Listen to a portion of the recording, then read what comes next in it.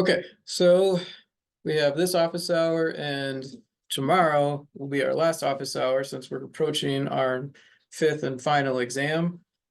Grades for exam 4 should all be in now, so you can check how you did on those, and you got some feedback now on the short answer questions and should have your total grade.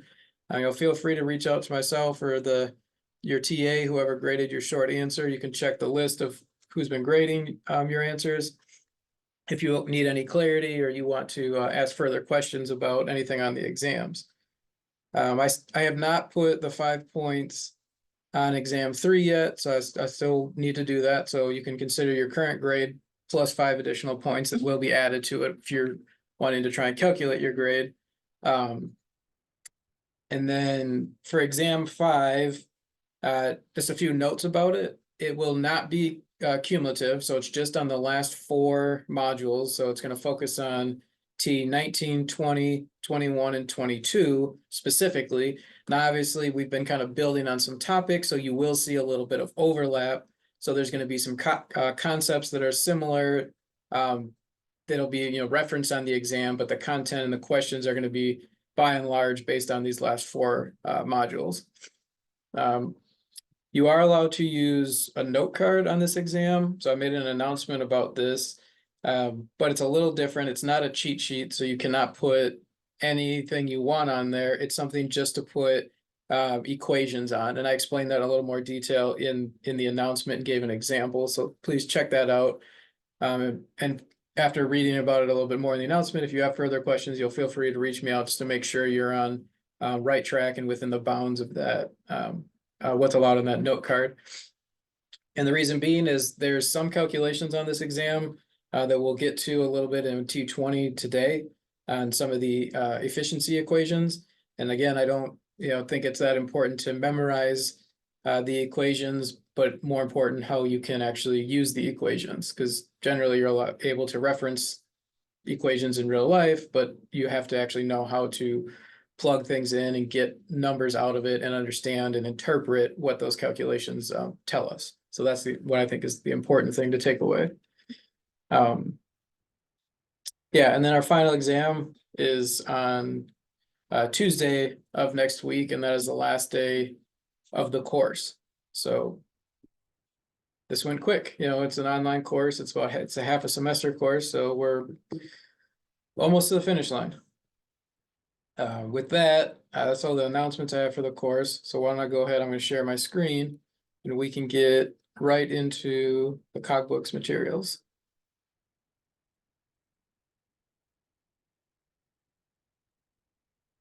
All right, can everybody see my screen with the Cogbooks? Yep. Yeah. Okay, thank you, cool.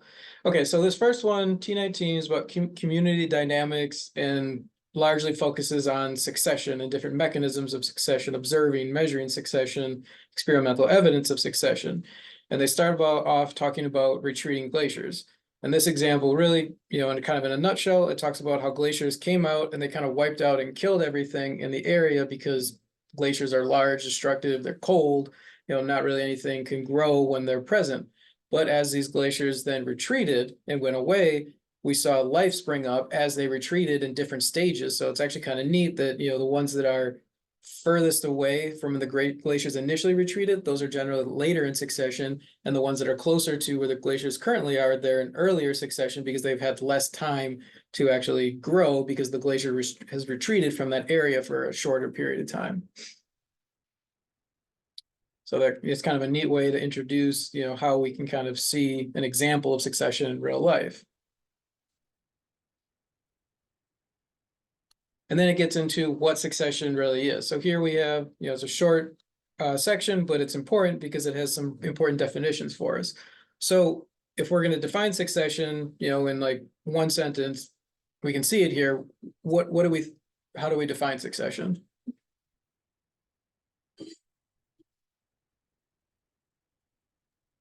The sequence of organisms that persist after a great disturbance, possibly, is part of it. Yeah, that's definitely right on track. So one word that I like that they use, it's a process, right? So you use the word sequence. you can interchange that with process, means kind of the same thing. And it's just a process of change in a community over time.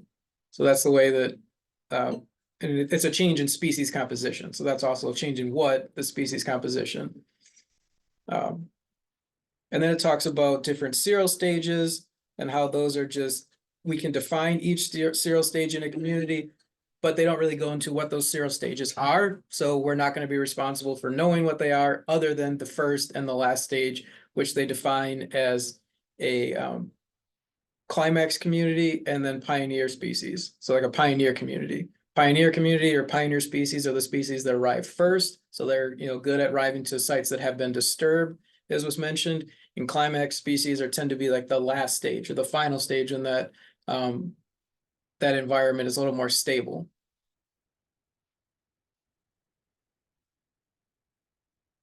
All right, so then they get into how we can observe succession, right? So they talk about direct observations and they talk about indirect observations.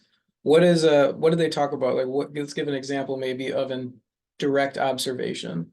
How can we directly observe succession?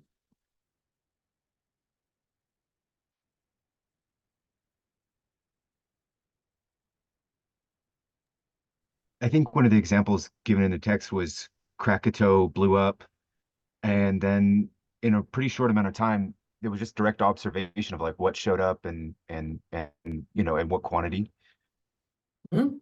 Yeah, so the example, yeah, volcanic eruption, right? The lava destroyed everything and it basically reset succession to the pioneer stage. And then they just simply went out to that site, made notes of what's here. Okay, nothing, it's a lava field. Then they waited a period of time, went back out and they said, oh, look, we have maybe some moss growing or some grasses growing. And then they went back and there's more shrubs coming in. And then later and later they come back and there's later succession like trees growing. So essentially just go to a site that has been disturbed. Volcanic eruption is a good one. And other sites is like if there's a very severe forest fire, that's going to reset succession. If there's even flooding, that can kind of wipe away all the plant life and restart succession. So essentially, it's some type of natural disaster that can restart succession and then just physically go out, observe, and note what species occur over time. So pretty straightforward when you do a direct observation. How did they talk about indirect observations?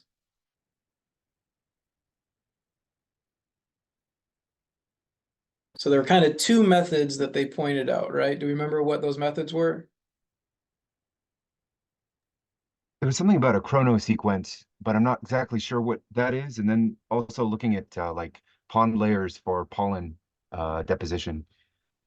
Mhm. Yeah, those are the two methods. So one is called chronosequencing, and then with the pond, looking at soil sediment, that they described using carbon dating for that, right? Um, so with chronosequencing, what that is, it's creating a model of a sequence of communities that exist over time at different locations to predict how succession has progressed over time in an area. So that's the textbook definition from Cogbooks. And the example they gave were the sand dunes, I think by Lake Michigan, right? So they know that when the glaciers were present, the level, the water levels of Lake Michigan were higher. And then when the glaciers went away, the water levels of Lake Michigan went down. And so what they know is there's these different sand dunes that are different locations or different distances rather from the water at Lake Michigan. The ones that are closer to the water have been there for a shorter period of time because previously they were underwater. And the ones that are further away have been there for a longer period of time. So they can look at the distance, and the ones that are further away have been experiencing longer periods of succession. So they're further in their succession. And that's exactly what they noted, right? Based on the species composition. The ones that were further away tended to have more shrubs and later succession species. The ones that were closer to the water had more grasses and had early succession species. So by looking at a distance from a disturbance, they were able to chronosequence or determine what level of succession the different areas were at. Does the chrono sequencing location have to be geographically pretty close to the other area in question that people are thinking about? You mean like can it cross ecosystems or something? Yeah, I mean, I'm imagining that if you want an accurate chrono sequence, you kind of want it in a equivalent area that, has a disturbance, but you would kind of get the same proportion. Is that part of it? I mean, I don't think Cogwoods gets into that detail, but my understanding would be that the closer they are together, the more accurate it's going to be. So like you don't want to go from, Lake Michigan to a different lake because that's going to have different potential effects. So the ones that are, the further you get away from it, the higher possibility you're going to enter a different environment. And I feel you can also note that like we're in this, similar environment, same ecosystem, but now we're changing into a different ecosystem. So they're probably not going to be related to each other. Does that make sense? That makes sense. Thank you. Okay. And then the other one with carbon dating, what they're looking at, yes, it was mentioned, they examined pollen and other plant parts that were preserved in distinct layers of the lake. And that's because we know like the ones that are in deeper layers are older because they fell first, they got covered with sediment versus the ones that are in shallower layers of the lake fell later because they're less covered in sediment. So you can chronologically know what order they're in and then use carbon dating to actually test what the organism is and potentially test how old that organism is. So you can tell how long the series of successions potentially took based on the carbon dating or based on the carbon profile of that organism that they found in the sediment. So it's just kind of two different ways. So you have, these indirect ways where you don't have to spend, because also what's a problem with direct observation or a shortcoming with that method, we think? It could take like thousands of years to get a good picture.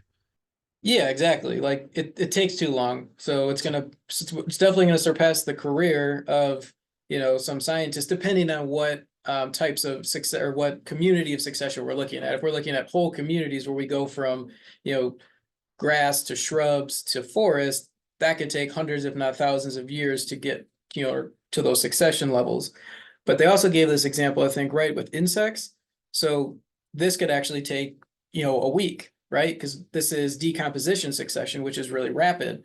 So this is where you have an animal that dies, and then there's a series of succession of insects that come in. So this is really rapid. You have flies that come in, they lay their eggs, the eggs hatch into larvae, the larvae consume the body. Once they've reached a certain larval stage, they leave the body and go to pupate. And after they pupate, they emerge as adult flies, and that can take anywhere from weeks to a month. So that's something that you can observe, um, you know, in a season in a short period of time. But if it's community like going from grassland to forest, that is going to take um, too much time for one person to do. But we have long-term ecological research stations that record things like this over, decades, if not hundreds of years, that we will be able to monitor them continuously with different people involved.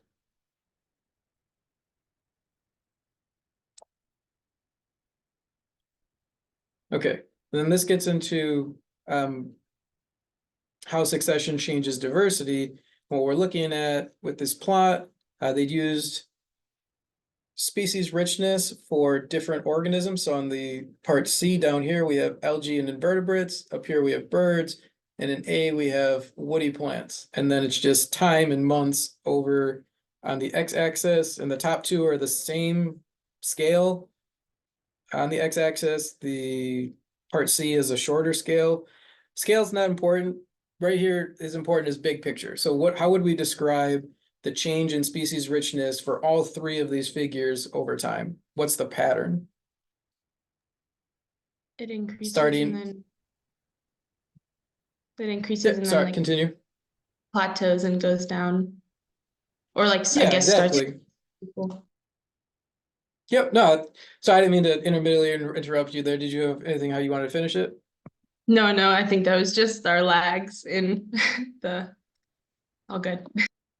Okay, I think so too. There's a little bit of lag with Zoom time sometimes, or in my voice, but yeah, I think you defined it perfectly, right? So we start at time zero. We generally start with, very low number, low amount of species richness, and as time continues in that community, species richness increases, generally kind of plateaus, reaches a top level, and then decreases slightly. Why do we see the change? Why doesn't it just continuously increase over time?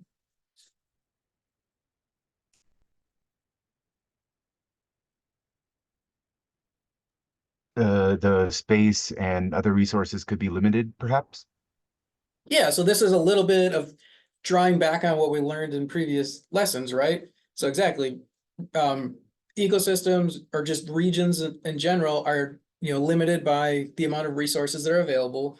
And then what do we tend to hit when we max out our resource use? Do you remember a term that we learned earlier? Carrying capacity. Yeah, right. So we can have a carrying capacity on an individual species level, or we could even have kind of like a carrying capacity across species for species richness, right? So this is essentially reaching our species richness carrying capacity. And then why do we get this drop at the end of all of them? It goes down a little bit after peaking.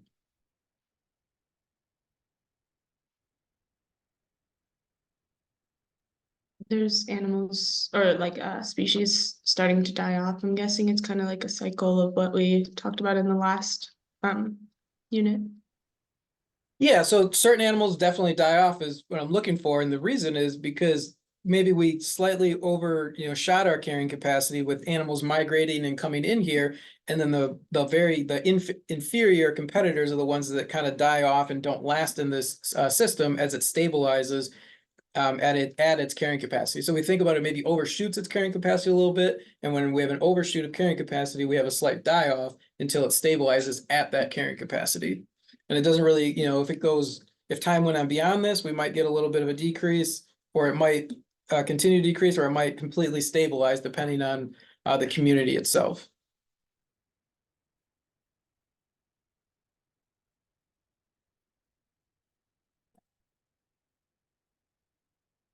Okay. And then this part kind of gets into early versus late species succession, and then throws this Jacari's index in here as well. So when it's early versus late species succession, that's more talking about this table down here. So this should look a little bit familiar from a previous section too, but it's a little bit more of addition of information, right? So we had like a table of fast and slow species. This is a table of early succession species and late succession species, but there's kind of a similarity that early succession are more of the fast type species, and late succession are maybe the slower type species. And then it talks about how we can characterize them, right? So number of seeds for a given organism. Early succession or pioneer species are many. So grasses have lots of seeds. Those tend to be early succession species. Late succession or climax species might be larger species that tend to have fewer but larger seeds. And then it gets into just their modes of dispersal, seed viability, roots to shoot ratio, growth rate, size at maturity, and shade tolerance. So it'll be good to know the differences and be able to compare and contrast, or know what's true or false for a given trait for an early or late succession species, given the exam. And then if we back up now, well, I guess first, are there any questions about this table, or does that seem kind of fairly straightforward, just identifying the traits to the late or early succession species? I mean, if it's just this table essentially is what you're saying. Like if we hypothetically were to just study this table, that's all we need. Yeah, it's not going to go into a lot of theoretical of why does early succession have many seeds. It would just be more like true or false. Early succession pioneer species tend to have many small seeds or many large seeds, and that would be many small would be true, many large would be false. Sounds good. Okay. And this is, they put in the Jacari index right here for some reason. I'm not sure exactly, why the order, but that's not super important. But what it does is it compares likeness of different communities. So they have 3 different communities. We have a stream community. We have, they're all stream community here. Sorry, the example later is a little different. So we have community A, community B, and community C. And then it talks about the different fish species that are potentially in those communities. And if they have them, it's pretty obvious, right? They have an X, right? So community A has rainbow trout, brown trout, common shiner, and creek chub, but it does not have a mud minnow, a white sucker, Johnny darter, smallmouth bass, or a molted sculpin. And then what we're able to do is we're able to use this index in order to compare the likeness between communities. And one thing to note is you can only compare two communities with this index at a time. So in the example, they're only comparing A to B. You can replace B with C and compare A to C, and you can replace A with C and compare C to B, but you would have to do three different calculations. And then what the variables mean is if A here, obviously it's related to stream community A, but it's also individuals that are unique to A that are not found in B. So if we look at comparing A and B, how to solve for A is, the rainbow trout, that doesn't count because it's not unique to either. Brook trout, A doesn't have it. Brown trout, it's not unique, so it's not going to be a value counted towards A. The only one that is an A is the creek chub, right? Because it has an X and community B doesn't have an X. So that's why we get a value of 1 for A. And for B, it's the opposite. It's what's unique to B that's not an A. So it's not a rainbow trout because they both have it, but it is a brook trout because it's in B, but not in A. And we go down the list and we find the last three now. So it's also a white sucker. That gives us 2. It's also a Johnny Darter. There's none of those in A. So that's 3. And it's also the mottled sculpin. So the value for B is going to be 4. And then the value for X, that's just the number of species that are present in both, where we find the overlap now, right? So that's going to be rainbow trout. That's 1, that's found in both. The brown trout, that's 2, that's found in both. And the common shiner, that's 3, that's found in both. So that's where the values of 1, 4, and 3 come from. And then just doing the arithmetic, we see that it gets a value of 0.375. And the range for this index is 0 to 1. 0 means they have 0 overlap, so none of the same species. 1 means that they're identical, they have exactly the same species. So we get a value of 0.375. How would we describe the likeness between stream community A and stream community B? They seem somewhat alike, but not too much. Yeah, less than half of the community is the same, but there's definitely some overlap, over a quarter. So like even about a third is the same, but 2/3 of it are different. So somewhere along though, some likeness, but definitely some differences too.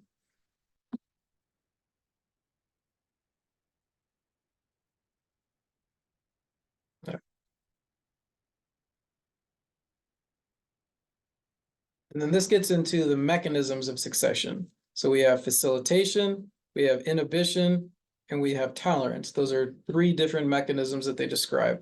So if we're asked to like maybe say describe, compare, and contrast these 3, how would we go about it? Maybe let's just do it one at a time. What do we mean? What is facilitation? How would we describe that mechanism?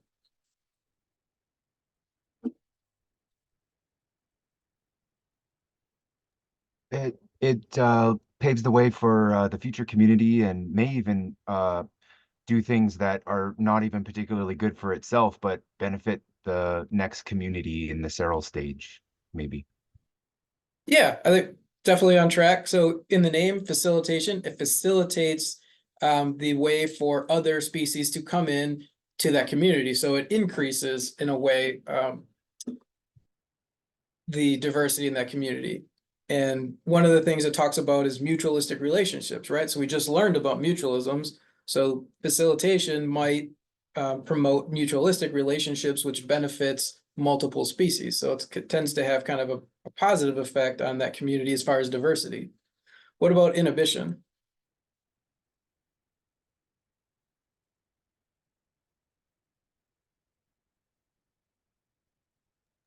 It's the opposite, essentially. Yeah, opposite. Yeah, it decreases Yes. the likelihood of like another species being able to come and colonate that area. Yeah, exactly, right? Kind of use the name again, inhibition. It inhibits other species from coming in. What are, we learned about the other systems. So it talks about competition, predation. So it might, use some of those interactions in order to prevent other organisms from coming in. Yeah, so prevent the movement towards a climax community. So if we think of this in terms of succession, I think that's important too, right? So facilitation might move us forward in succession by bringing in more and different types of organisms, where inhibition might prevent the movement towards climax community and kind of stay stable by not allowing the next series of plants, or at least inhibiting or slowing them down. And what about tolerance? What kind of mechanism is that?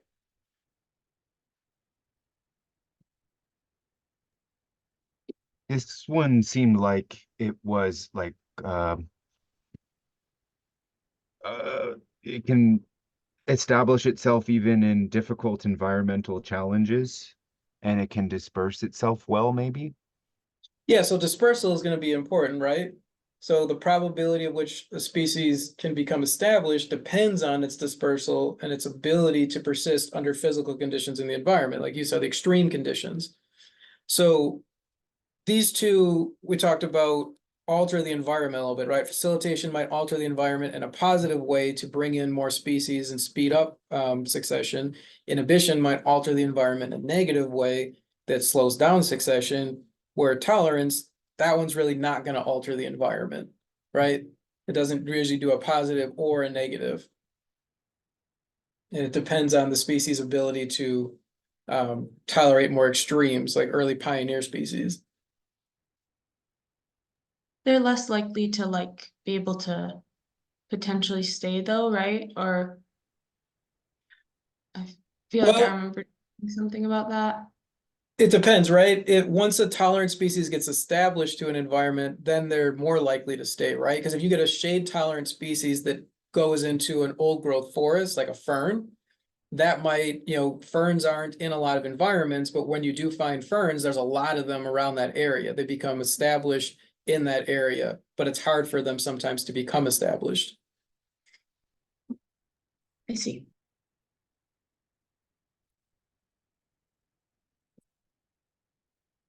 Because like they talked about, one of the examples in inhibition, mature forests in the United States, like maples and beeches, they cast deep shade, which prevent pioneer species from succeeding. But if you get a shade tolerant species in there, it finds its way eventually, then that's probably going to stick in there. So would you say there's many species that are both facilitators and tolerators, or is that not something I should think about as kind of more commonly found together? Uh, I don't know the answer number wise offhand, to be honest. And I don't, so that's No probably a worries. little Cool. beyond where this is going.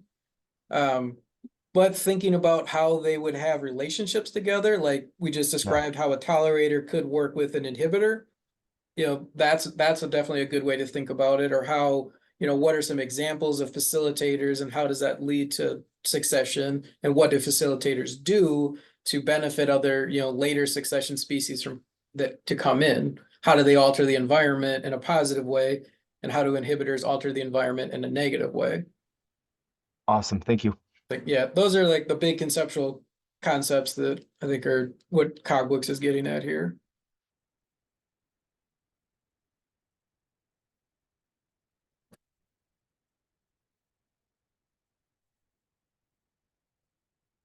All right. And then this one talks about some experimental evidence for succession, right? And they use some real data, some real experiments, and discuss what they did and what they found. So for this first one, what did they do, right? They went into an intertidal community. They found places that had little brown barnacles, acorn barnacles, and macroalgae, and they wanted to know what was the succession of this community to being what it was. So they took some rocks and they just scraped them bare, right? So they removed everything and they artificially restarted succession.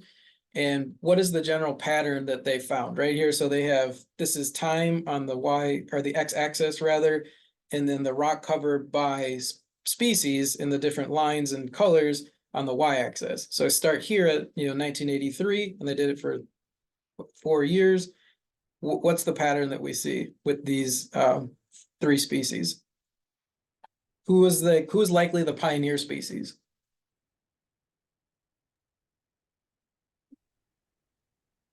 I want to say the acorn, but I'm looking at it. Why And I feel like why would you say the acorn? What color line is the acorn? the blue. Yeah, so right, this is the blue, right?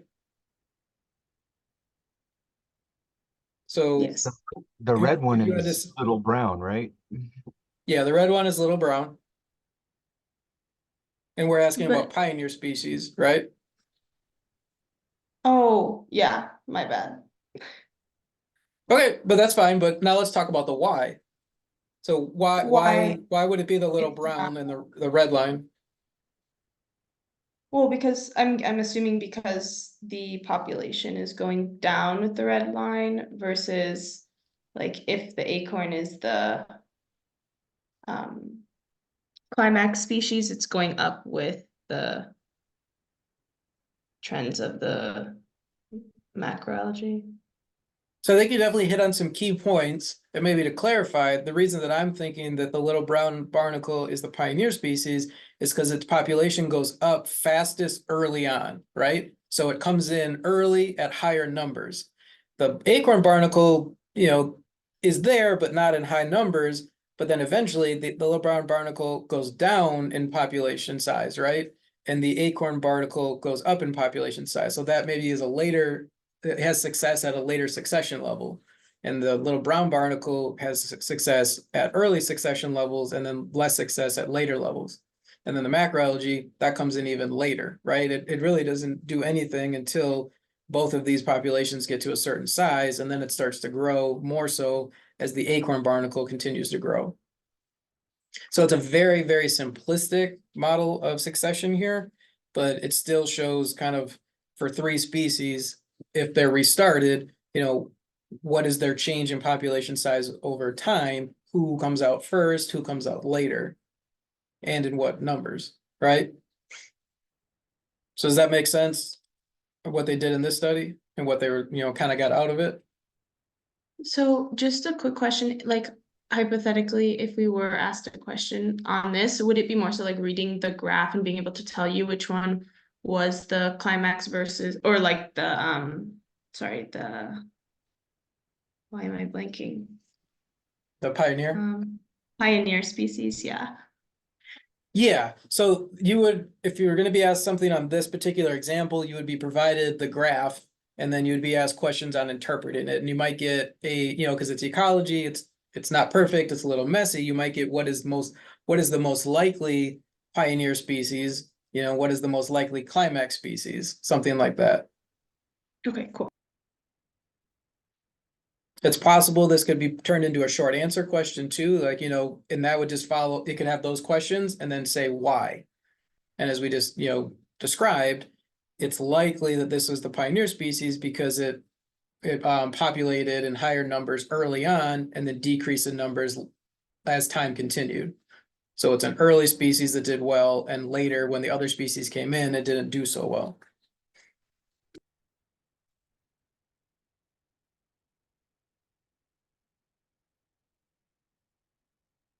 They're good questions. Okay, and then in part B, they kind of went a step further and they did a few different manipulations, right? So they have, again, it's time on the x-axis, and then what they look at is just algae density on the y-axis. And they looked at how algae density was affected by manipulating the two different barnacles, right? So if they had the red line, that's just empty acorn barnacle shells added to the environment. And they found that algae did really well with that. One of the other manipulations they did was little brown barnacles removed. So when they removed those, the algae didn't do quite as well. They had a control where they didn't manipulate anything. And then they had another one where it was acorn barnacles removed, the algae did really poorly. And then both species of barnacles removed, algae did the worst.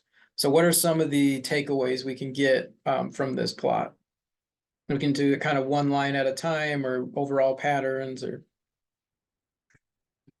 Seems like acorn barnacles facilitate the algae. Yeah, I would say that's a really good takeaway. When the empty acorn barnacle shells were added, algae did really well. When the acorn barnacles were removed entirely, algae did poorly, didn't go to zero, but it did pretty poor, red versus blue. And each one of these lines were separate experiments. These did not occur in the same region. They could have occurred at the same time, but in different plots in this intertidal. So they kind of just combined data on this plot for comparative reasons. And overall, when both species of barnacles were removed, there was little to no algae. So we know algae, it needs one or both of these barnacles, and it does better when it just has acorn barnacles than when it has just the little brown barnacles, right?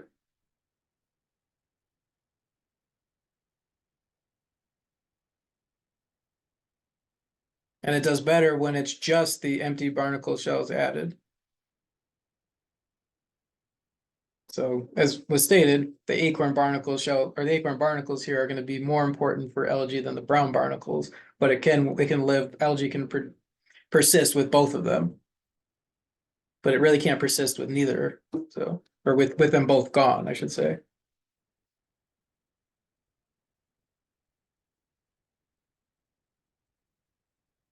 And then this talks about, sorry, go ahead. Oh, it may be too much, but we can't say anything like little browns facilitate acorns or anything like that. Like that's not supported, saying something like that. It just stick to what's really clear, right? I mean, you could make arguments for it. You know, which one is likely to be a facilitator, which one is, you know, possible, is it possible one of these is an inhibitor and why? So I mean, I think it's possible to bring that in those terms in combination with this. Okay, thanks. Yeah, just keep in mind what obviously those definitions are and how, you know, changes fit or don't fit those definitions. So I think that's a fair assessment and a fair question.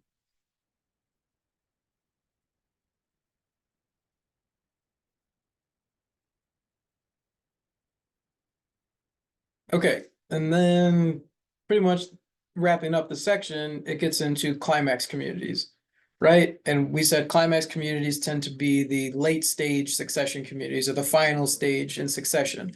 But here it talks about changes in climax continues or communities over time.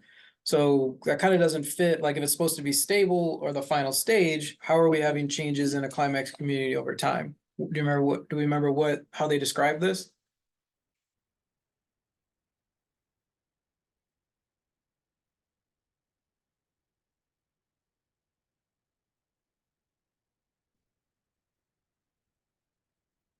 So what do we think of what would be an example of a climax community?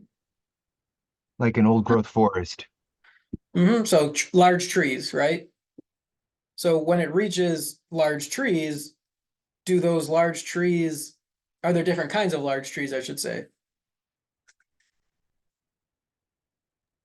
There might be, but in general, the ecosystem's going to be really stable, and uh, it, that's kind of what I thought, but I don't think that's a great answer. No, Yeah, you're definitely on track. Like it is in the um, definition of climax that it's the final stable state. I think I remember reading that like a different species can take over or like replace that one species that's dominating already.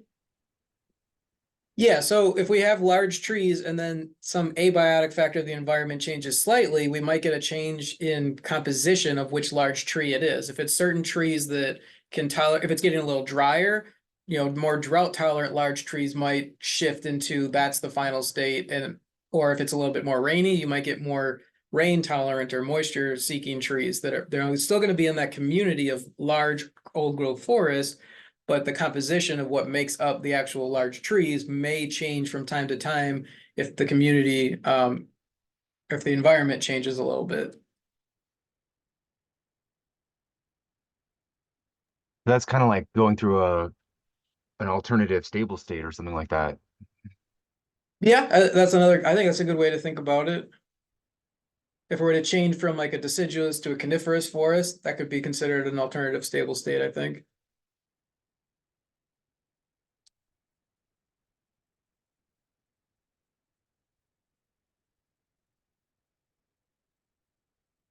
So I think big picture is once you reach the climax level of forest, in this example, that forest itself can change a little bit. If it's extremely stable, it shouldn't change. The composition should stay the same. But if abiotic conditions change a little bit, here, over time, you might get a change in composition over time where it doesn't ever leave that climax community, but the composition of what makes up the climax community can change. Unless you get some type of disaster that resets succession. But that's Makes not sense. in this. Okay. All right, cool. That's, and then there's a video, like a series of videos that, are good to watch, and they have good discussion and some questions in there. But we won't watch that here in office hours. But if anybody has any questions, we can talk about it or send me emails about it. But if not, we can jump to T20. So this talks about community productivity. So still kind of on the community level, but now we're talking about energy and biomass.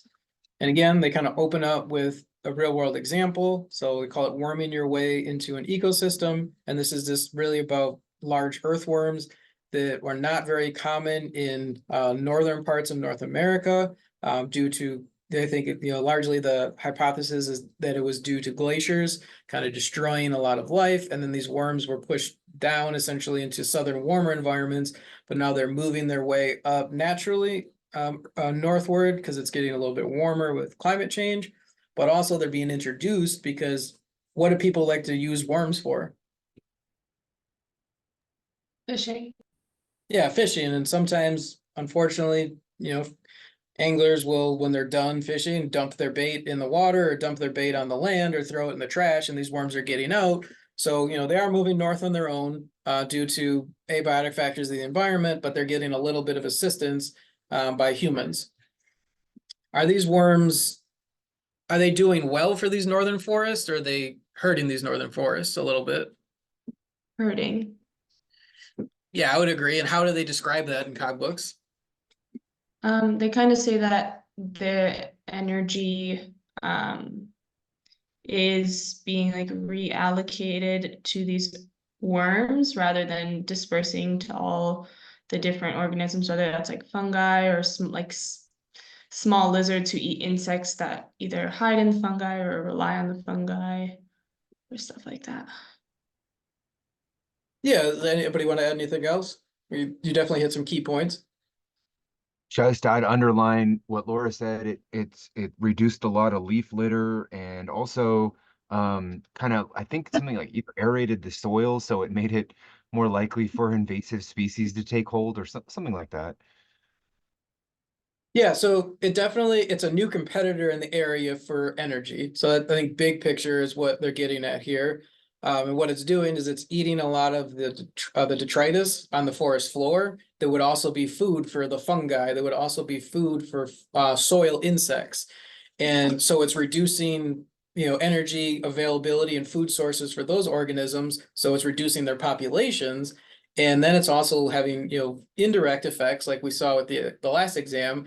If the soil insects and the fungi are gone, that's shelter and food for things like salamanders. And I think ovenbirds were an example that those don't have as much food. So those populations are going down as well. So you add another competitor into an environment that has a finite amount of resources. And you think about it like everybody gets a slice of a pie on a pie graph. You add another, to have another species is to have another slice. So to divide it up, everybody else's slice gets smaller. So it's just an allocation of resources went down, or just because we have now another consumer in that environment, and a very efficient consumer at that.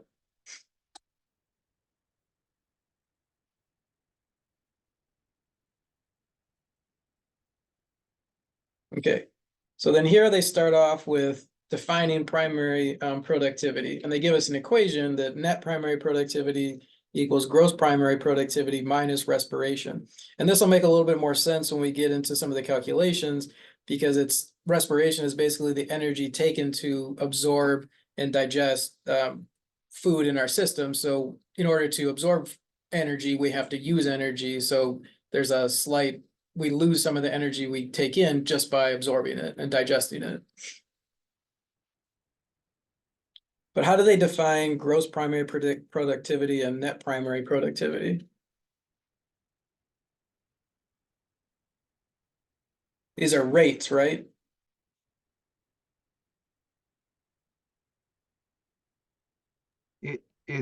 since it's you have to subtract off the inefficiency of respiration, that energy goes into that too. That's a great word to describe respiration. It's an inefficiency.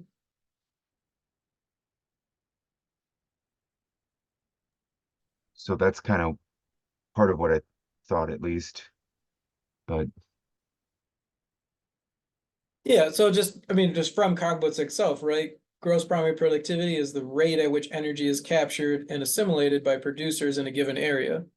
And then they describe net primary productivity as the rate at which energy is assimilated by producers and converted into producer biomass in a given area. And we'll leave those a little vague for right now because we will get into defining assimilation and producers and biomass in the given slide. So this is kind of just a general overview and some general definitions that will make more sense as we get a little bit more detailed into the coming sections. So let's. Okay, but before we get into that, they have a few other topics. So the first one is measuring primary productivity. What are some ways that people actually go out and measure this? So they had three examples in Cogbooks, right? change in biomass, a change in carbon dioxide, and a change in oxygen are some of them. Yeah, so the first one, right? Measuring producer biomass in an area at the beginning and the end of growing season. So a change in biomass, which can include all of those things. They also had kind of some simpler ways of measuring it too, if we just concern about biomass. So one is they measured above ground biomass. So that would be doing something like this farmer here, where they're coming in, they're clipping the above ground, and then they measure how much is produced. Like when they grow hay or wheat, they only take really the above ground biomass. There's also below ground biomass, which might be something like a tuber plant or something where you're interested in consuming the below ground biomass. So you can either measure above ground or below ground separately. Those are two ways. Or you can measure change in biomass over the course of time of a given organism. So those are the ways that, at least that I got out of it, that Cogbooks was describing different methods for measuring biomass or primary productivity and measuring changes in producer biomass. So Dr. Rush, it was above ground biomass, below ground biomass, and then it was just total biomass kind of. Change in total biomass over time. Cool. So yeah, so the first two are kind of snapshots, right? We want to say like how much above ground biomass, because we're interested in something like wheat. That's the part we're going to consume. We're going to ignore the roots. So to us, that below ground biomass is not meaningful. It's just the above ground. Corn is another good example of that. We're just taking the above ground biomass of a field. How much biomass is in that field? Versus another one over here. I think this is an example of a below ground biomass where we're interested in something like maybe peanuts that are under the ground or potatoes or some other type of tuber, and we don't really care about any of the biomass on the top. To us, that's waste. And then otherwise, you could take either one and say, what is the biomass in the beginning of the season? And what is the biomass at the end of the season, right? It should grow, right? The biomass should increase, but sometimes we have droughts where you grow corn and it does really well, and then it goes down. So you kind of peaked in the middle of the season. So your end season is not your highest number, which is unfortunate, but that's your change in biomass over time. Cool.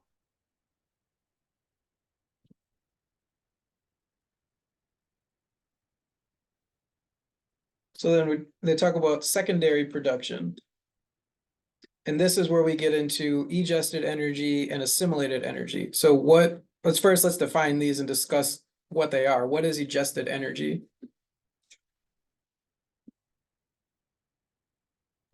Consumed energy excreted or regurgitated. Yeah, so say we have a meal, we eat an orange, right? And it's 100 calories. We eat it, we digest it, and then some of that orange comes out as waste, right? We excrete it from our body or ingest it from our body. And then that's 10 calories, right? So we didn't, out of the 100, we only took in 90 and 10 of it just passed through us. So that's what ingested energy is. What is assimilated energy?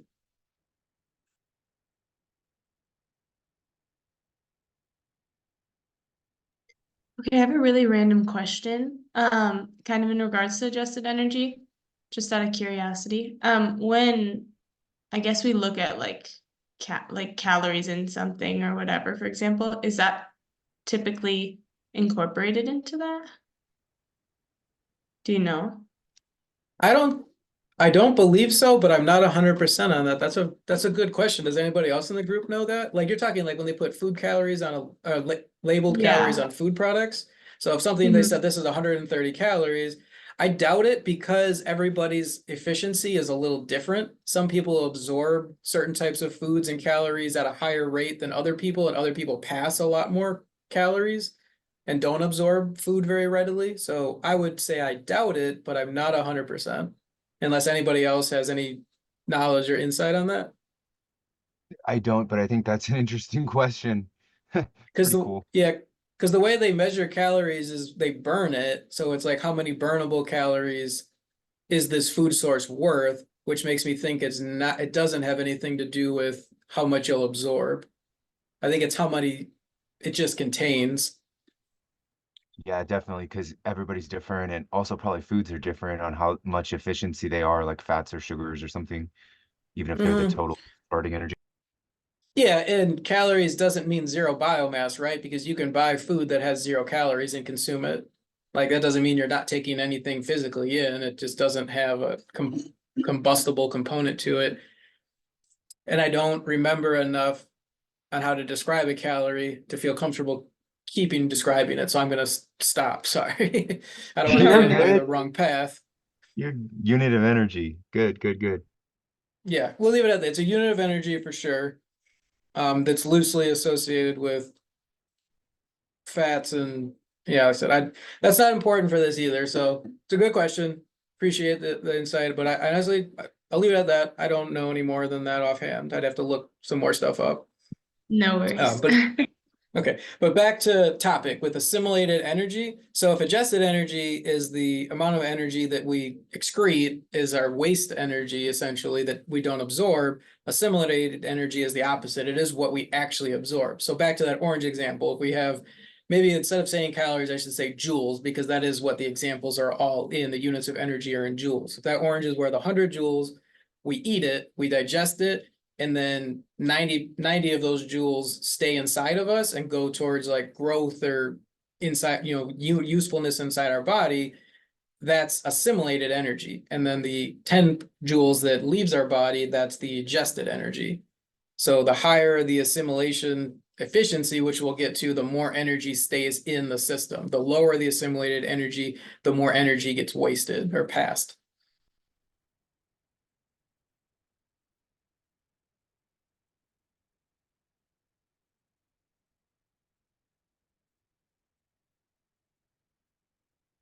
All right. And then it gets into net secondary productivity. How do they describe that? So again, they kind of describe it as a rate, right?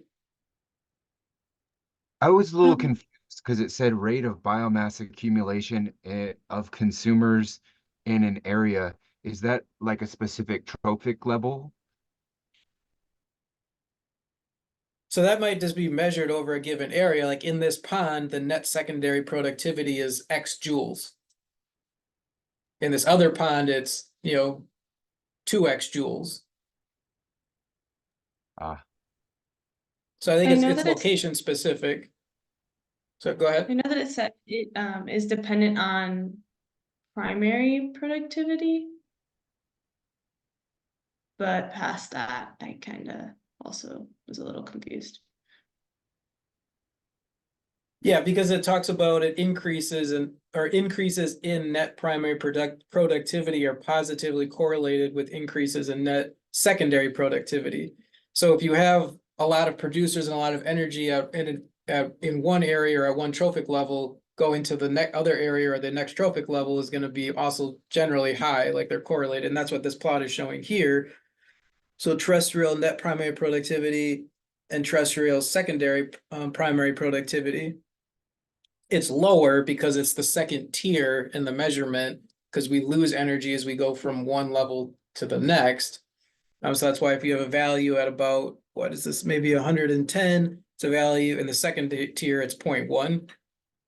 The values of bottom of 1,000 are similar, but as we go up, they go up as well. So it's that correlation, that positive trend, but because it's the second net secondary productivity in the second tier, energy has been lost in between. So it's going to be lower values than the primary. So just to try to, so primary productivity is the rate at which sunlight is converted to chemical bonds. So net secondary productivity is the rate at which sunlight is converted to chemical bonds in the second trophic level or consumer trophic level. But it's, yeah, And is it's that right? also minus, yeah, that you're Yeah, on the right track, and minus a whole it's bunch of stuff. Yeah, yeah, yeah. minus the energy used for respiration, because there's also the difference between gross and net. Gross is like, you think of this as like paycheck and taxes, right? Gross is your whole paycheck. Net is how much you make after taxes have been taken out, right? Or after other expenses have been taken out. So that's why with also with net, it's going to have, you're going to have to take certain things out. One of them being the energy used for respiration. As we mentioned, that's one of our inefficiencies. Cool. That makes sense. Yeah, it's like the amount of sunlight they receive through all these filters and inefficiencies and everything else. Thank you. That I was think that's a good helpful. way to put it too. Filters is a good way to put it. Filters are a form of, inefficiency. I like those analogies.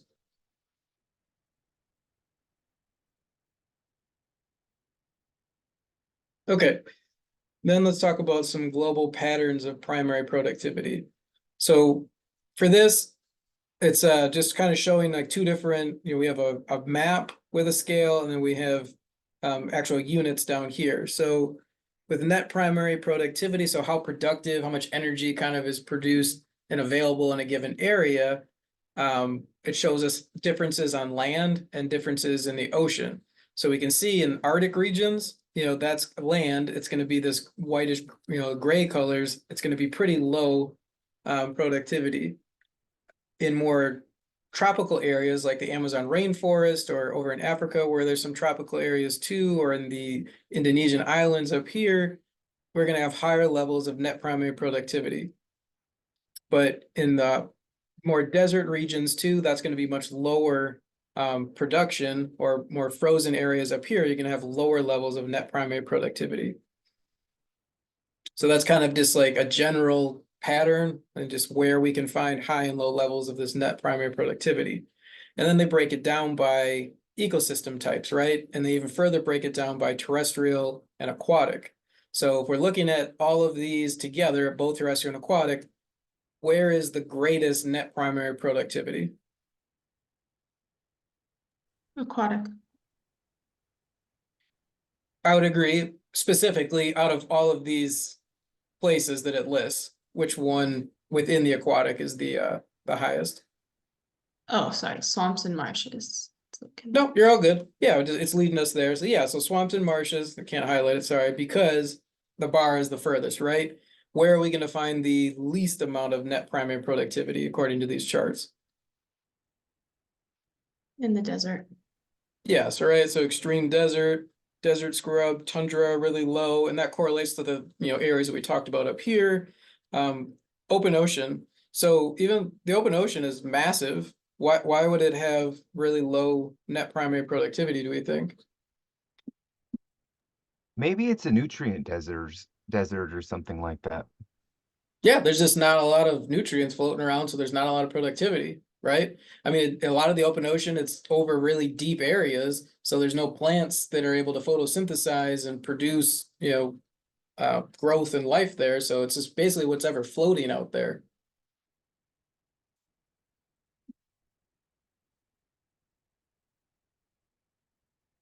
Okay.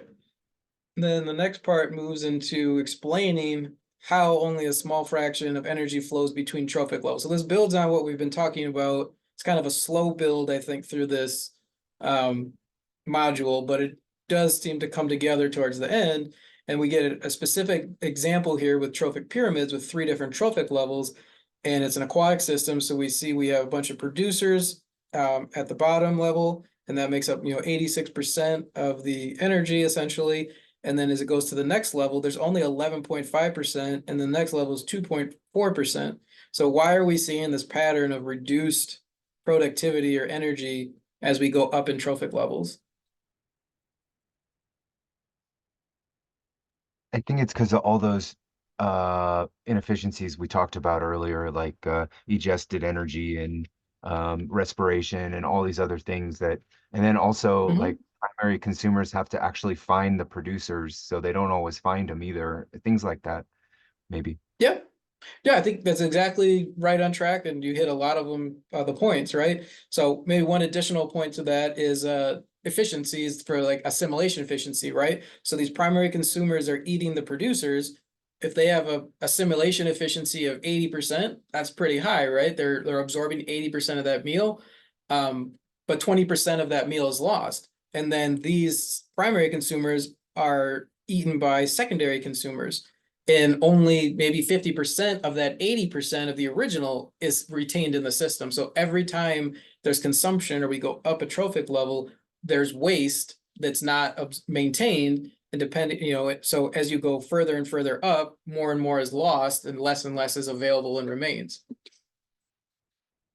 And then they show us, these are kind of interesting, right? We have these pyramids of biomass and pyramids of energy. And they break it down by A, these are both terrestrial, and B is aquatic.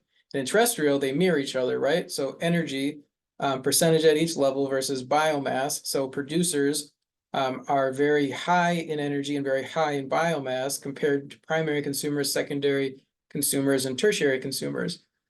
So it goes kind of in order, but then when we go to an aquatic system, the biomass pyramid is flipped. So why do we see this flip, or what's the difference in biomass? Energy is the same, but biomass is opposite.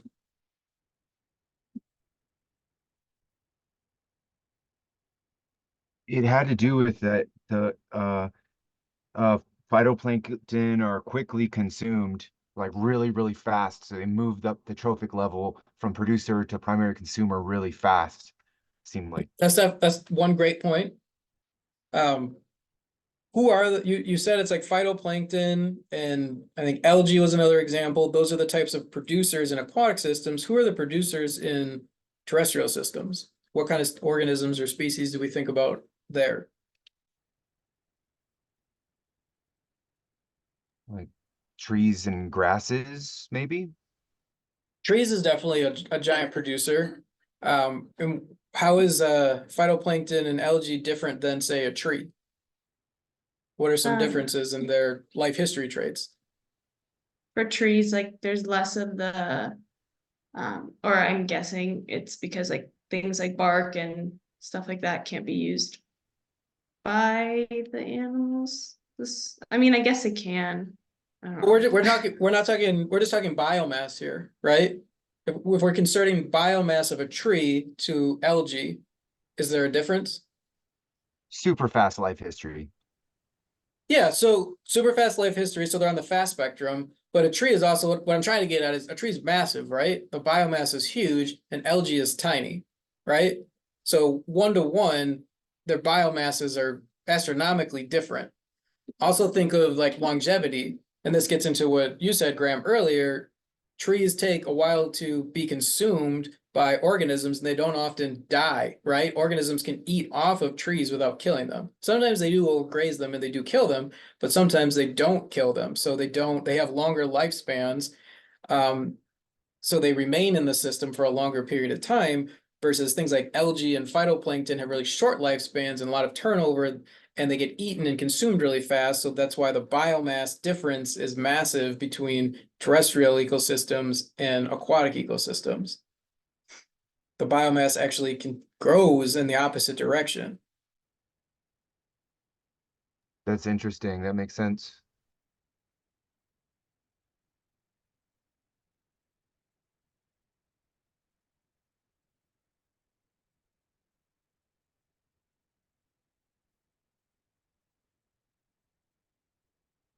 Okay, any other questions on this? Because then it's going to get into actually how to calculate these efficiencies and where the lost energy goes when we get into some of these next modules.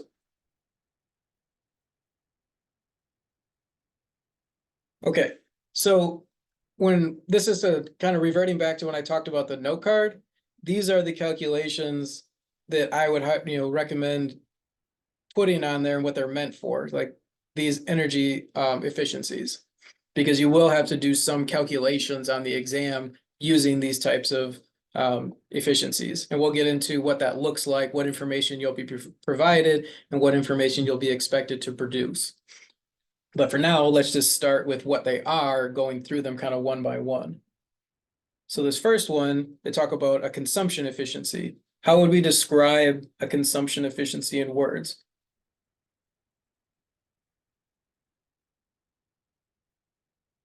Well, it's a type of fraction or ratio, Mhm. and it's what you eat versus what actually gets.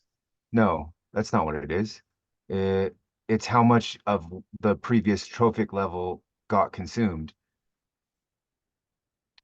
Seems Yeah. like. So, right, the percentage of energy of biomass and a trophic level that is consumed by the next higher trophic level. So going from one trophic level to the next. So that's what we saw essentially in this picture, like how we go to these percentages. And then it breaks it down. We go to the next one of assimilation efficiency, right? So we know that essentially this is calculated by assimilated energy divided by consumed energy. And that makes sense based on how we defined assimilation before, right? So it's the absorbed energy. So it's a percentage of how much you consume. So if we think about eating that whole orange, how much of it do we absorb? What does it mean if the value is 1? All of it? All of Or, just you're on the right track, I believe, but go further. All of um, it. What does that mean? like that you're like using and efficiently absorbing all of the energy? You're at maximal level of assimilation efficiency, right? You Right. absorb, you consumed that orange and you absorbed it all. You had no waste, right? That's extremely rare and hard to do for any organism because we generally produce some waste. But the higher the value, the closer to 1, the more efficient you are at absorbing your food, right? If we had a value of 0, that means it just passed right through us. We broke it down maybe, but we didn't keep any of it. We got no energy from it. In fact, it's probably a net loss because we burned energy breaking it down and passing it and excreting it. So it actually cost us energy and we're worse off for ingesting it. I don't want to make it more of a question, but assimilated energy seems like the energy that you get from your food that you digest, but we still have to subtract off like respiration energy off of that, right? Or is that the actual amount that it organism has? I think that would be included in this. You're absolutely right. That is definitely part of this. But being an efficiency, it's because it's joules divided by joules, we just get a numerical value of a percentage. So it's not, we don't get a joule value out of this. So Mm, assimilated energy versus should incorporate that and cancel out the units. So you're definitely correct in a theoretical sense. I 100% agree that we would have to subtract out the respiration energy or the digestive energy. to But I get more, think, yeah, okay, that makes sense. Yeah, thank you. yeah, for this equation, we don't have to add anything to it. Like Got when it. they ask Perfect. us to calculate the assimilation efficiency, you find the value for consumed energy and the value for assimilated energy, and you just do that simple division. Like that is what we are going to do for the exam. In real life, obviously, this model is a little oversimplified. It's going to be a little more complicated. And I think you can even break these down into different calculations and see what makes up these energy types. And it'll probably include, I would assume, like the lost energy. I'm glad it's as simple as it is. Thank you. Yeah, for the exam, it should be fairly simple and fairly straightforward, just knowing where to plug things in and how to interpret values. Like what does a high value, a medium value, and a low value mean kind of thing. So yeah, don't add anything to the equations. Okay, so then the net production efficiency, right? That's where it's a fraction again, or a percentage where we take the net production energy divided by the assimilated energy. So what is production efficiency? What do we use this energy for? It's for growth and repro. So this is getting at more of what you're getting at, where it's breaking it down. Where is the assimilated energy going, right? So it's going to different places, and it could, and again, this is very simplified version. We don't know how much is going to growth, how much is going to reproduction, or going to other areas, going to metabolism. It's just, it's going somewhere, and we can calculate how much in a simple equation like this. Okay, and then it goes down to the last one of ecological efficiency. So how would we describe ecological efficiency in words?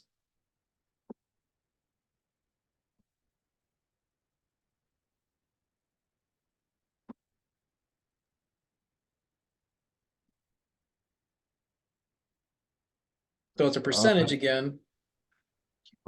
It's percentage net production from one trophic level compared to next higher trophic level percentage. Yeah, so this is getting back to that original picture in the aquatic environment where how efficient is the energy transfer from one trophic level to the next, right?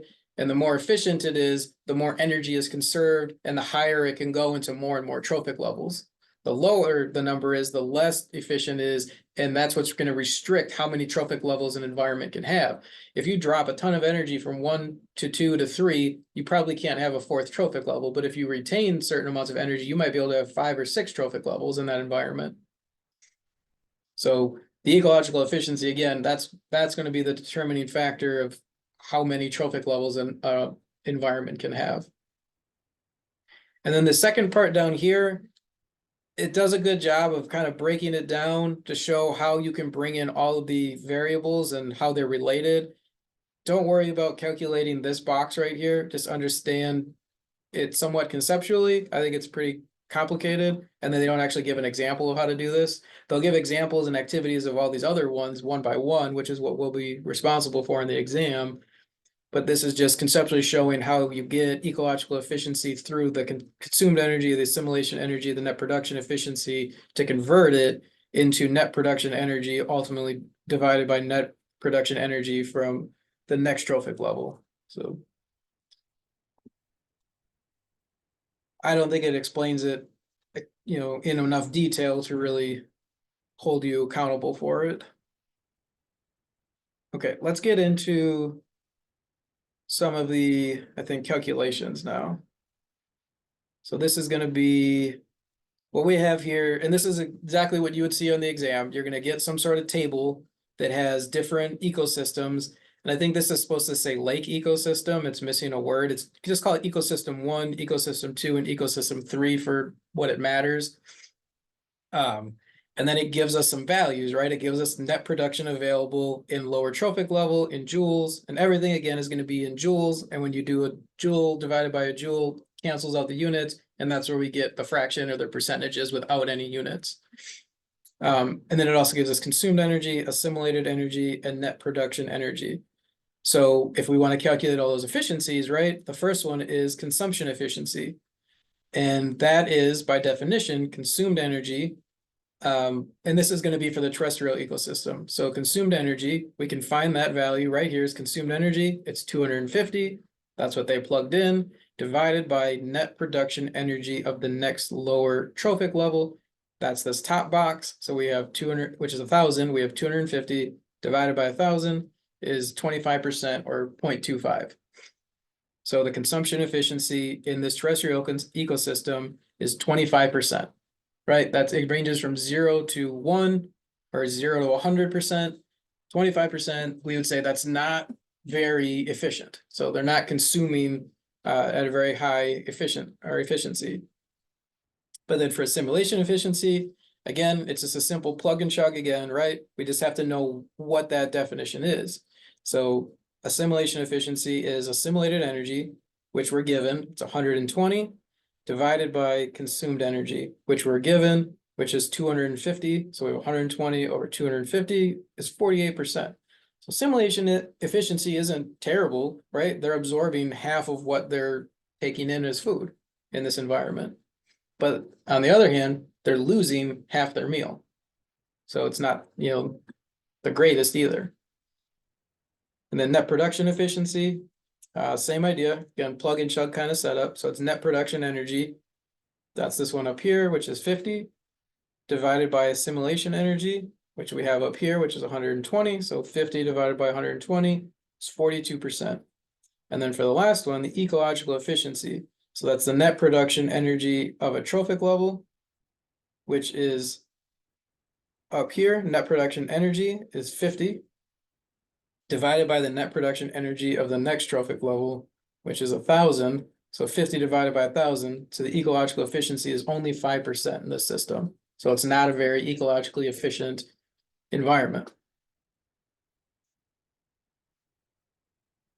Is there any questions on how these calculations are done?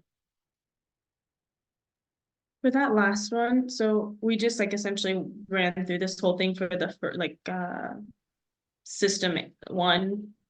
But if we were doing like two instead of that 1,000 for the ecological efficiency, it would be 400, right? Just wanna make sure. So for this one right here, Yeah, so for ecological next- efficiency, that's net production energy of a trophic level, right? So that's 190 divided by the net production energy of the next trophic level. That's this top one, so it'd be 190 divided by 1,000. so it's not of the next one, it's of the same one. I thought I heard you say the next one, that's why I'm clarifying. Oh, I might have misspoke now that I heard you say it out loud. I might have said available in the next trophic level instead of the lower trophic level. So if I did Okay. misspoke, it's not, yeah, you do these one at a time. So like the question you might get is, what is the assimilation efficiency of the terrestrial ecosystem? That's, it's a multiple choice question. It has 4 possibilities and you have to be able to calculate it to know which one is the correct value. You might get another question that says true or false. The net production efficiency in the terrestrial ecosystem is greater than that in the stream ecosystem. So then you'll have to calculate both and decide, is it higher? True. Is it not higher? It's false? I see, understood, thank you. Yeah, no problem. Yeah, and that's a good question. And I like to talk about kind of exam question examples so you can get an idea of what is going to be expected of you on the exam.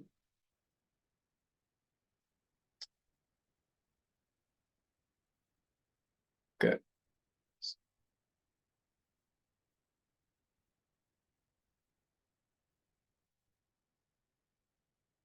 So the question from the chat is, for the note card for the exam, can we put a table on there as well for an example of how to calculate the equations?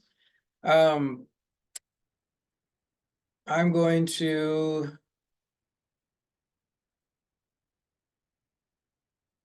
double check because I made an announcement and I don't want to contradict myself. So why don't we go to that announcement and actually we can find out together.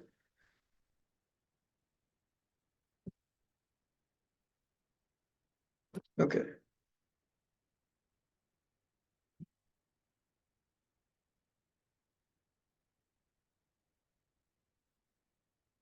So the size lit restriction is a 3x5-inch note card. You can use both front and back. You can write out any of the equations. So it's like we're the ones we're talking about during the exam to show it. So it's saying it's different than exam 3. It's not a cheat sheet.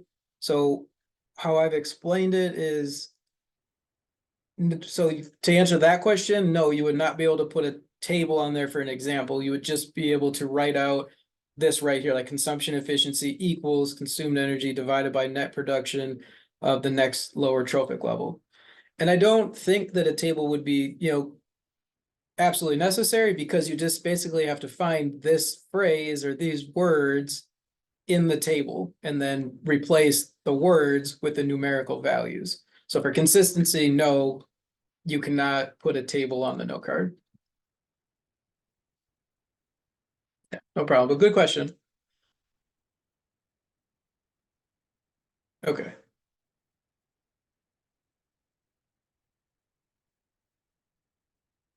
So then we go into an activity.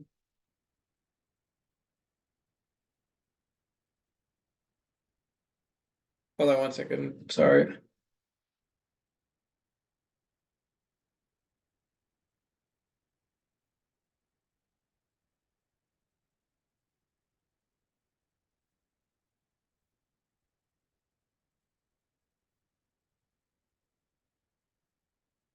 Okay. All right, so we went through the calculations. And then now we have an activity that gives us some practice with these calculations. So again, this is kind of like, this is what you would see on the exam. You'd be given the table on the exam as well, so you don't have to, it'll be in the table format.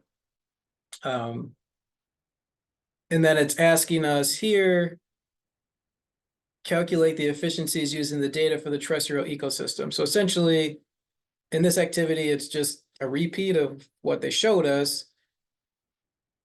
And then it says use the data for the lake and the stream ecosystem to calculate the 4 different efficiencies for each ecosystem. And then based on these calculations, why do the 2 aquatic ecosystems have higher ecological efficiencies, which is a good thing to talk about compared to the terrestrial ecosystem.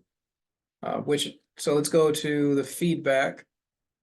So they don't actually, I believe, work out so they give you the one for the terrestrial. They show you how to do that point by point. And then they give you the answers for the lake ecosystem and the stream ecosystem without showing you the equations. So obviously I would highly recommend practice those, know what numbers you're plugging in, and make sure that you can match up what the answers are. And if you have any questions, I don't have them worked out in my notes myself, so I can't show you them. But if you have any questions or you're getting a different answer than any of these, please email me and we can work out what is differing between your answer and their answer and how you got to your answer to see to make sure we're lining up correctly.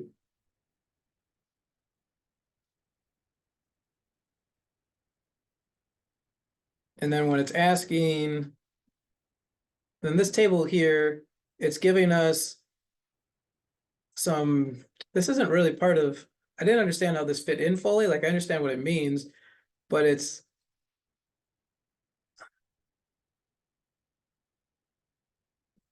what it's kind of, the point it's trying to make is that, again, different areas have different net primary production. So we've talked about that before, but it's also related to total area. So a tropical forest has a high net primary production of value of 2,000 grams per square meter per year in an area of 17 square kilometers.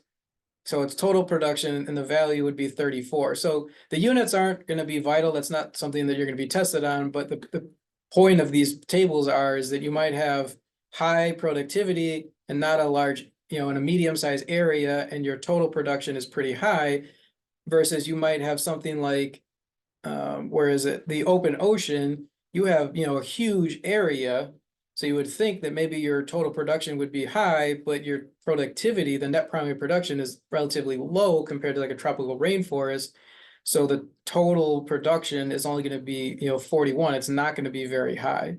So area is important, but net primary production is also very important. And the interaction of these two together is going to determine what the total production is for a given area.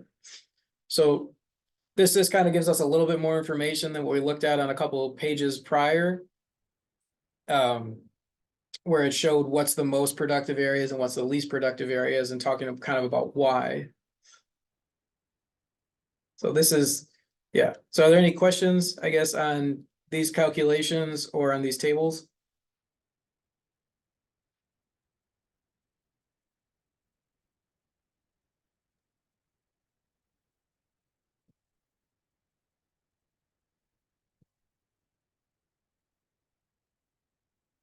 Okay, if not, then we got a few more topics to cover yet. So this is calculating different residence times. So what I'll say is understand these conceptually. They don't give us any numbers to practice with, and they don't give us any activities to practice with. So these calculations you will not have to do any math with. But just understanding residence time is how long a certain unit of something is going to stay in an area, right? And we have 3 different residency times. We have how long is that energy going to reside in an area? How long is the biomass going to reside in an area? So these are like those 2 trophic pyramids that we saw. So now we can calculate not only we can calculate how long each of those parts of the pyramid is going to remain in an area. And then they add even another one. So how long is dead organic matter going to reside in an area? So this is going to basically tell us like how long is something going to take to decompose before the energy from that is going to disappear. So, and that really just has to come with the, whatever so residence time or energy in energy residence time equals energy present in that trophic level. So like these are essentially very similar, but this gives it actual units of measure over area. So energy per unit area divided by net primary productivity, which is a unit of energy per area per year. So mathematically, that's why the energy cancels out, the area cancels out, and we end up with an answer that's just measured in time for all of these. So that's how the units kind of work themselves out. Can we put this on our note card just as a conceptual or no? If you want to put this on a note card, you can, but you can't really write out the definition. You can write out the equation. Cool. But yeah, this would be allowed the equation to be on the note card if you find it helpful. Awesome. Thank you. Yeah. Yeah, but there's not going to be a lot of information pulled from this either, to be completely honest, just knowing kind of what these different residence times are measuring. So that's really like the topics that I wanted to cover. Are there any questions or anything that anybody else wanted to go back over from these two modules or had questions about still? You said the biomass residence time was the one, that is how long it takes to decompose for energy? No, Or that's how long? the one that takes to decompose is the dead organic matter residence time. So this one down here. Okay. So biomass is like consumption of a living organism. This would be how long a dead organism essentially takes to decompose. And this is the energy measure in joules or, well, residence time that it would take. So just those two trophic pyramids that we saw before. So energy versus biomass. Just because something has more biomass doesn't guarantee that it has more energy in that trophic level, right? Because we saw that in aquatic systems, it's inverted. In terrestrial, they're equal. Okay, thank you. Quick question. From the beginning of the hour, you said there was 5 more points that are going to get added to exam 3. Is that right? Yes. Yeah. So the reason wow, for okay. that, so yeah, because I believe, yeah, I made an announcement about it, but I know that you guys get a lot of emails like myself, so no worries, we can go over it again real quick here.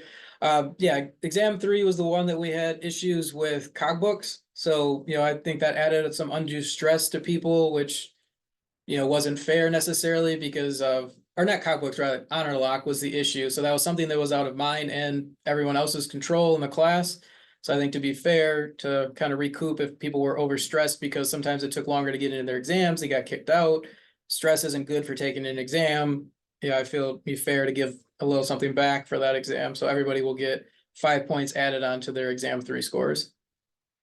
That's awesome. Couldn't agree more. And thank you for the consideration. Cool. Thank you. Yeah, yeah, no problem.